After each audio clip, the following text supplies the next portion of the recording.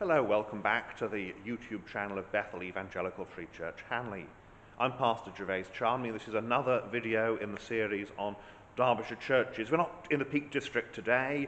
We're a little bit further down. We're, in fact, just at the border with Staffordshire. Just behind you, i.e. behind the camera, is the River Dove, which here forms the border between Staffordshire and Derbyshire. And this is the church of St Mary and St Barlock in Norbury. Norbury Hollow is the name of the road where we are. And here in this secluded area can be found the ancient manor house of the Fitzherberts and the ancient church where so many of them are buried. The church here is a building of two parts. The oldest part is the chancel, which you can see behind me, and that it can be dated very precisely from between 1295 and 1306. In those 10 years, this magnificent piece of architecture is set up. The rest of the building, the nave, where we're standing right at the west end, dates from the 15th century, but not all the same part of the 15th century. So through the 15th century, changes are being made, chapels are built, and the church took its present form. You can see above me this 15th century style roof. It's a magnificent building. It is one of the treasure churches of Derbyshire, noted for its alabaster tombs that are found in the chancel, the tombs of the Fitzherberts. Well, join me then as we take a look around the interior of this splendid building. And so here we are at the west end, and you can see the layout is very typical. We have a chancel screen. There is, you will notice, no chancel arch, although nave and chancel are very distinct structures. In the 15th century, they were tied together and a single oak roof set up over the whole thing. So there is that beautiful oak roof, and that is 15th century with, of course, 19th century restoration. The nave is unusual, and we'll see why in a minute, but we have a north aisle here in which is located the organ, Victorian organ, of course. You can see here these oil lamps. They've been converted now to electricity, but originally they were oil lamps, and this was the only lighting in the church apart from the light that comes streaming in through the windows. Of course, we must remember that in the Middle Ages, the windows would have been filled with stained glass, and the walls would have been covered in plaster that would have been painted with glorious colour. Today, and again largely because the Victorians have this idea about the bare stone, they are stripped back to this, and thankfully it's a rather attractive stone, but nevertheless the nave was not intended to be seen with the bare stone. The pews, of course, are Victorian. There is quite an interesting display at the back here which tells us, among other things, that St Barlock was an Irish bishop and is the patron saint of Cork, and the name comes from the 7th century when John Fitzherbert, the third lord of the manor, came back from Ireland.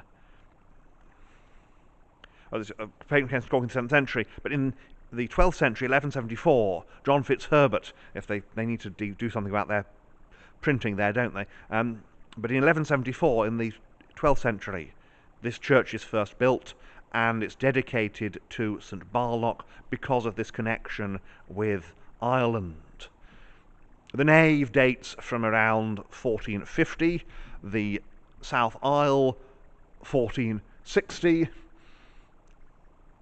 and there is a couple of chapels either side that are among the later parts of the building. Now, swinging around here, you can see this is the first of those chapels. You can just see a Celtic cross there. We'll have a look at it later. There's another Celtic cross here.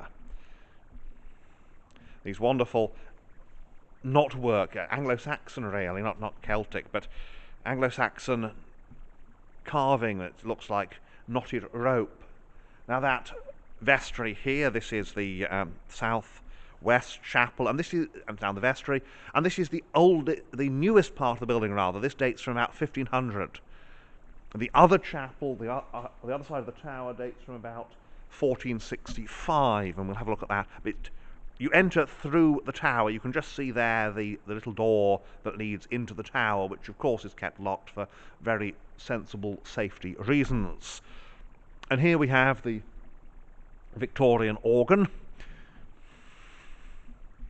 The north door has been blocked up, as they almost always have been, unless they actually serve some useful purpose. The font is the oldest thing in the church. It dates from about 1200. So there was a church here we've seen since, well, in the latter part of the 12th century, but nothing of it survives apart from this font that is kept and remains in the church. We have here the side chapel. It's a little bit odd because of the organ behind it, but actually these things are quite common. You can see that you have this Victorian altar table. The organ is quite an impressive case. We have some of these 18th century memorials. It's not easy to tell who they are. Originally the writing was picked out in black, but it's faded over the years. We go back past this. Actually, it's a lovely font, a lovely piece of it's a really lovely piece of very early 13th century work. So back into the nave, you see again the tower door there, and that's the door into the tower staircase. And here we have another one of these Anglo-Saxon crosses, which tells us that although a new church was built here in the 12th century, there was a place of worship here before then. This is Sir John Fitzherbert's tomb. He was the 13th Fitzherbert Lord here, and he died in 1531. He's buried, you can see here, the chapel here, which is now the vestry, but this would have been his chantry, perhaps. Well, yes, it would have been his chantry just before the Reformation. He separated from his wife, who he had a serious issue with. He described her as of lewd and vile disposition. His wife is believed to be buried somewhere in the church, nevertheless. So there we have the Saxon cross and that beautiful knotwork carving on the front. Now, as we proceed once again up the centre aisle, we can see here this is the north aisle chapel, now occupied by the organ. But as we get into it, it's a nice organ here. It has the plate of C. Lloyd and Co. Nottingham, 2 manual pedal board, and of course all the pipes here are dummies. Here we have a piscina, currently used to stack some hymn books and tune books in. But this is of course a sure sign that there was a chapel here. The other side chapel, and these chapels of course they're built by the family as chantries. They're places for masses to be said for the souls of the departed. Now, there's a certain amount, as you can see, well, you can't really see here, but we will see, there's a certain amount of medieval glass here. One of the most interesting pieces is this one at the west end. And you can see here the west end is double-stacked windows, because when in the 15th century you want a very, very tall building, and either you put a really big window in here, or you put 2 smaller ones, as they've done here. Now here we have a rare survival. This is a medieval glass depiction of the Holy Trinity. Below we have the Fitzherbert arms and a little bit of decorative work, but here we have God the Father is depicted here as really wearing a sort of papal type crown, and he's holding the crucified Christ. And there should be a dove representing the Holy Spirit, but that is one of the parts of the window that has disappeared. And below, of course, another one of these oil lamps. Now we turn around again and head into this side chapel. This is the south. This is the south-east chapel, and here we have perhaps the oldest memorial in the entire church. This is the effigy, sandstone effigy of Sir Henry Fitzherbert, 4th Lord of Norbury, Knight of the Shire of Derby, and he is the man responsible for building the current chancel. So he does some rebuilding. And there he is. He would have been painted originally, so his shield is blank because it would have had his arms painted on it. We have a nice little lion at his feet. It's incredibly well preserved, and of course one reason for this is that the family remain here in Norbury, and so the family are not really interested in having, well, they're very opposed to having their ancestors' tombs vandalised, and so they preserve the tombs. So here he is, and here's his lovely little lion at his feet. The medieval lions are always interesting because the masons generally hadn't seen a lion, and so they often look like dogs or cats because that's what the carvers had seen. Here we have a brass. This is a facsimile of the reverse of the brass of Sir Anthony and Dame Fitzherbert, which we can see is actually made up of bits of older brasses. They were recycled. Some of them certainly came from nearby Croxton Abbey, which is a ruin now, of course, the dissolution of the monasteries, but you can see the work there. It's just recycling. Brass is expensive. We have here, now just see if I can get it so we haven't got the morning light coming through the window here, but here we have some more medieval glass. The chap in the middle is labelled as St Barlock, so that is St Barlock in the middle. And we have a couple of other saints. And then here we have more medieval stained glass. We have an abbess on the left. We've got in the middle St Anne teaching the Virgin Mary to read. That's a very interesting figure. It's quite a common one. And then on the right we have the Virgin Mary as an adult. And in the middle, of course, a Fitzherbert, at the bottom, a Fitzherbert shield. St Anne teaching the Virgin Mary to read seems to me promotes female education. Women should be allowed to read, and you can see here actually the abbess has a book. The Virgin Mary on the right is holding a book. So not quite subliminal messaging, but messaging women should be able to read. We have here an old communion table. This is, in fact, the post-Reformation table that would have been at the East End, and this dates, as the sign on it says, from 1650. So this is a nice plain table. We've got a piscina in the corner there. So again, we move around here into the chancel, and this is the great glory of Norbury, the chancel. Here we have these two great alabaster tombs, on either side medieval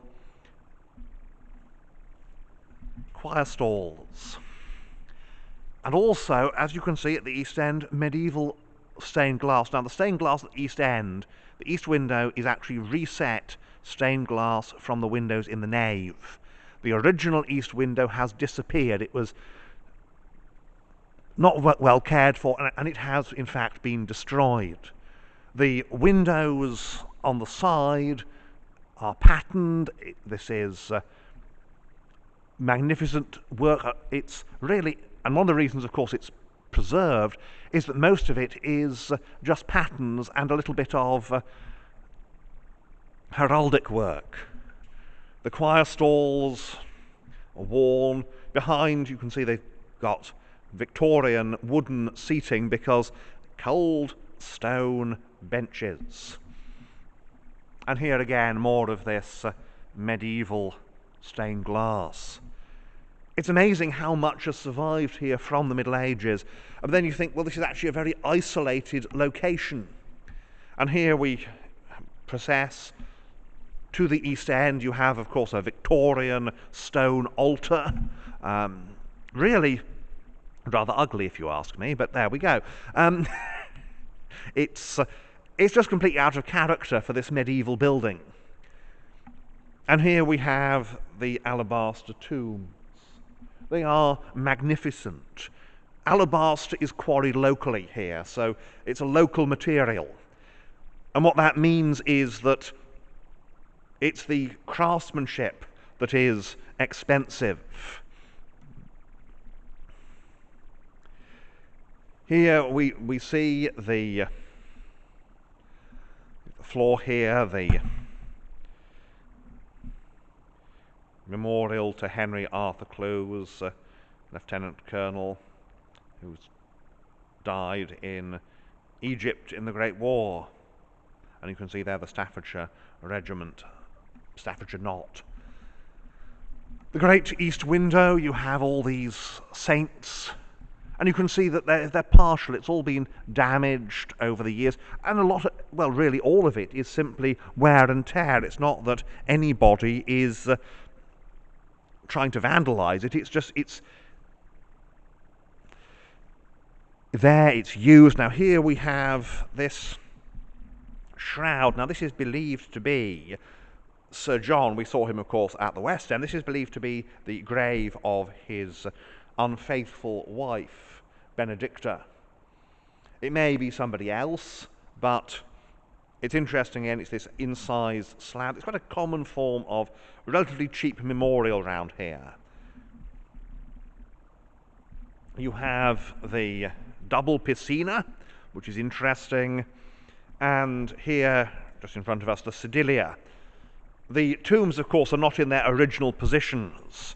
You wouldn't have had the tombs right by the sedilia here, but they have been relocated around the church simply to fit with what was wanted at the time.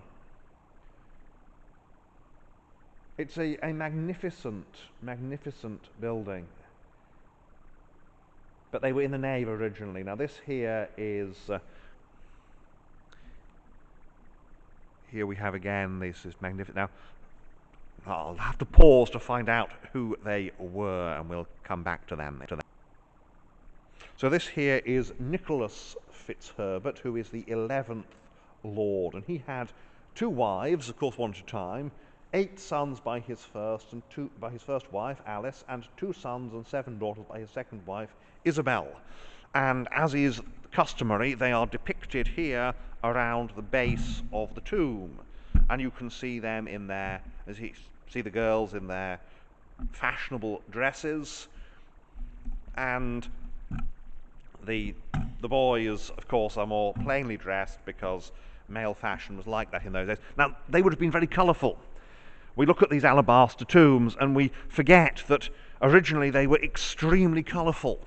Everything was painted, but all the paint has come off, it's been washed off over the years, and so here are the 2 wives, and you can see that you've got one of them is young and wearing this fashionable, daringly low-cut dress. The other is older and dressed as a widow. So one supposes that the one on the left, and you can just see some traces of painting on her skirt, that the one on the left is the first wife who died relatively young, and the one on the other is the second wife who survived him.